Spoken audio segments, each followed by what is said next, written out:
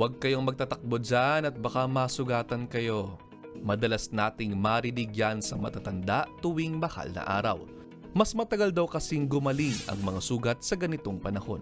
Ang tanong, totoo ba ito? Ang sabi ni Doc, posibleng nagkakataon lamang. Wala kasing pag-aaral na sumusuporta dyan. Nakadepende sa uri ng sugat kung gaano ito katagal gumagaling. Mas mabilis maghilom ang mga simpleng abrasions o simpleng gasgas lamang. Mas matagal at mas seryoso naman kapag mula ito sa pagkakatusok, pagkakahiwa at pagkakasunog ng balat. Naaayon din po sa lalim ng sugat ang pagtagal ng paggaling nito. Kapag nasa level lamang ng epidermis, may tuturing na gasgas lamang at wala itong masyadong damage. Kapag nasa dermis naman, may kaunting pagdurugo dahil sa blood vessels dito. Habang kapag nasa subcutaneous tissues naman, makakaranas ng katamtaman hanggang sobra-sobrang pagdurugo.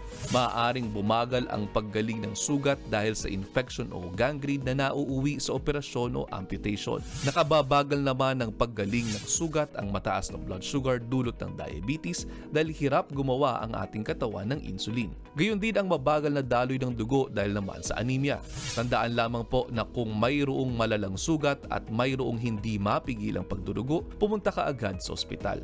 Mainam din na mayroong kaalaman sa first aid sakaling kailanganin. Walang mawawala sa pagdodoble ingat ngayong Semana Santa. Bukod sa iwas sugat, iwas abala rin ngayong panahon ng pamamanata.